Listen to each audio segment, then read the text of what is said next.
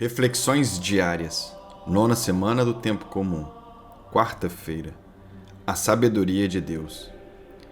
Vieram ter com Jesus alguns saduceus, os quais afirmaram que não existe ressurreição e lhe propuseram este caso.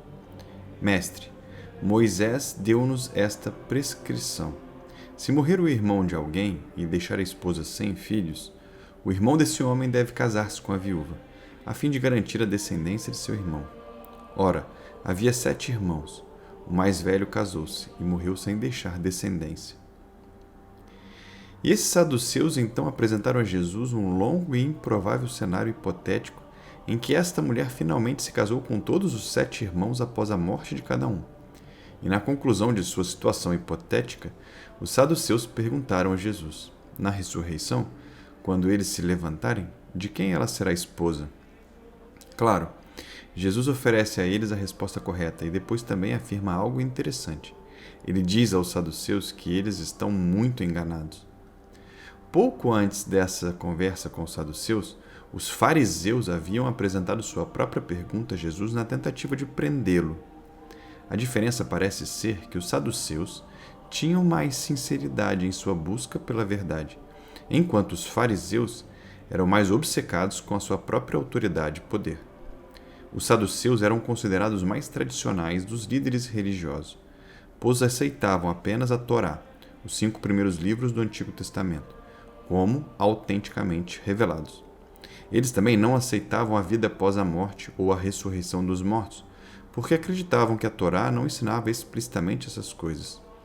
Os fariseus não apenas aceitaram a Torá, mas também o resto do que está contido no Antigo Testamento.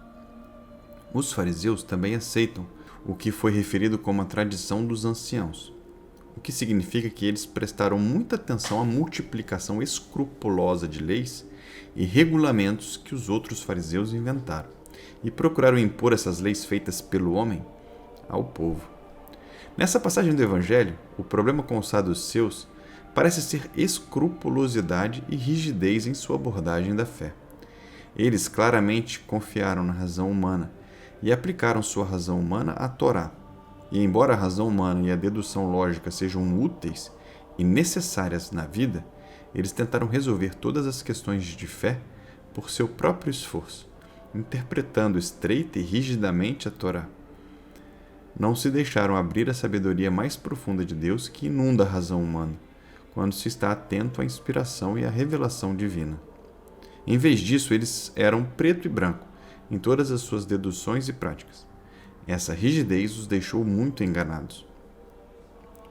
Em nossa própria vida, também podemos ficar muito enganados quando usamos o dom da razão humana de maneira rígida e limitada.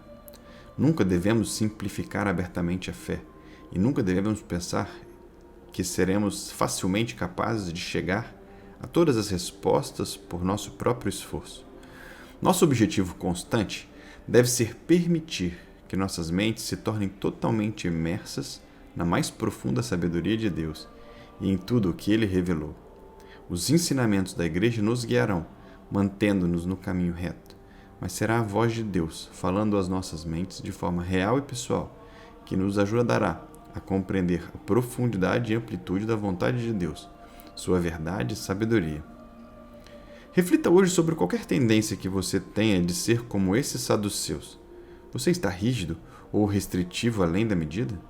Você se permite ser enganado pensando que sabe todas as respostas? Neste caso, busque a humildade. Humilhe-se diante dos incríveis mistérios do céu. Use sua mente para sondar as verdades de que Deus revelou e esteja pronto para ser atraído cada vez mais para a vida do próprio Deus. Vamos rezar. Meu Senhor de infinita sabedoria, Tu és a própria verdade e continuamente se revela a nós. Dá-me a humildade que preciso para estar sempre aberto a toda a verdade divina em minha vida, para que eu possa Te conhecer, Senhor, e a Tua santa vontade. Jesus, eu confio em Vós.